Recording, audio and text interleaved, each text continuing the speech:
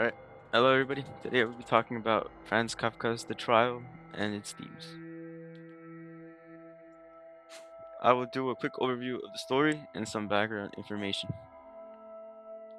The trial starts with Joseph waking up to two officers telling him he's under arrest. Then an inspector comes in and tells him that he is under arrest, but free to go on, continue his life, and go to work still.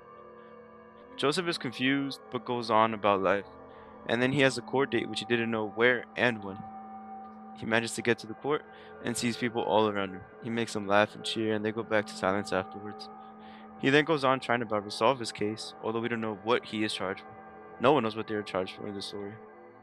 He meets people throughout the story, which ultimately aren't of much help as he tries to balance his case, his work, and his social life in this unclear and confusing world. Now for some of the themes and topics shown in the story. Finding meaning in an absurd world. Joseph goes on trying to understand the chords which are impossible to truly grasp how they work in this book. Everyone seems to have just accepted the court's way of life. The court decides how you will live your life, and everyone just goes along with it. And they're aware of it too, except for Joseph.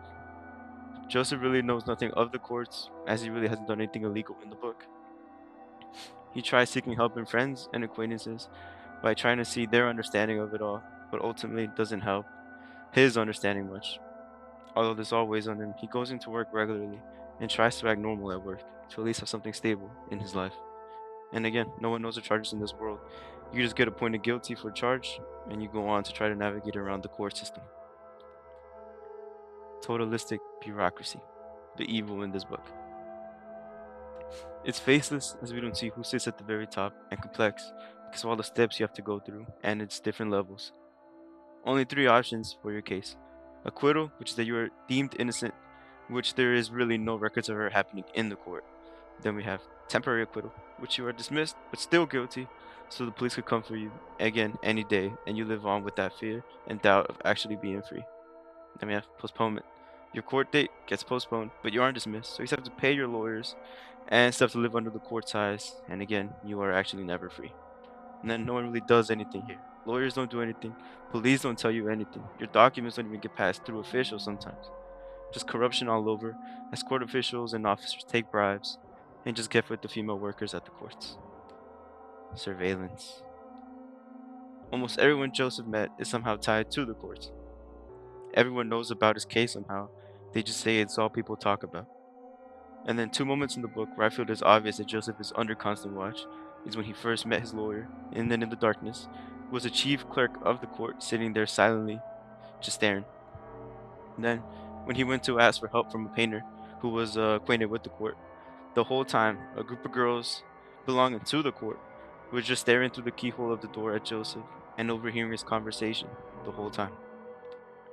Next, isolation and helplessness. Throughout the story, Joseph loses connections and acquaintances as some characters just stop getting mentioned at all. Not to spoil, but as we get to the end, we see the weight of it all fall on Joseph as he's more alone, not how he was at the beginning of the book, and starting to fail at work. None of his acquaintances were of any help to him, and he started to distance himself from everyone, and none of the advice given was actually even helping his case. Now, some connections to our class. I'll start with Hannah Arendt and this quote from No Violence, from On Violence. In a fully developed bureaucracy, there is nobody left with whom one can argue, to whom one can present grievances, on whom the pressures of power can be exerted. Bureaucracy is the form of government in which everybody is deprived of political freedom, of the power to act, for the rule by nobody is not no rule, and where all are equally powerless. You have a tyranny without a tyrant. Hannah Arendt on Violence. I feel this quote perfectly depicts what exists in Joseph's world with this bureaucracy, in which no one has a voice and they're all subject to its rule. I feel her viewpoints of evil and power also can be seen in this world, where no one speaks out against the court. Everyone abides by it, even though it's wrong, and how the court has managed to keep everyone in control with fear. Next, with our topic of surveillance. This book depicts it as a method the court uses to keep watch of everyone, and how it's constantly over Joseph's head. Some way that can be seen today that we discussed over are surveillance companies like Palantir. There are more companies that do surveillance, whether it's online, all cyber, or physical. We are under surveillance at all times. it weighs over our heads as well, like it did to Joseph's. Next, I have Frederick Nietzsche. I feel that this book's message correlates with Nietzsche's too. For example, this quote: "To live is to suffer, to survive is to find some meaning in the suffering." Joseph tries to survive this world by trying to find the meaning in it. I think it perfectly describes Joseph's motivation. Then, with Nietzsche's idea of a dead God and having to fill its moral void. Here, the traditional legal system is dead, and it shadows its faces corrupt bureaucracy, where anyone is found guilty without a reason and subject to the court's rule. What we can learn from this. We can see how bad untransparent legal systems can be. No one knows the charges, court officials don't tell you anything, lawyers aren't of any help, corrupt officials across all levels. This is what we need to avoid. Then, assume guilty instead of proven guilty. The book does a good job at showing why being assumed guilty is wrong, and it should be innocent until proven guilty. We should have the right to defend ourselves against any charge. And then blind obedience. Everyone just blindly follows the court in this book. No one speaks out or questions it. And even they don't even question if one is guilty or innocent. Instead, when they hear the news that you have a case, they are just in shock and assume the worst for you. One scene that stuck with me was when the client was kneeling and begging the lawyer for answers.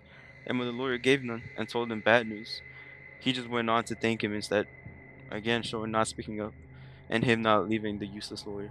I think it's good to question everything so we don't end up like the client on our knees and afterwards even thanking our authoritative figures after being treated like trash.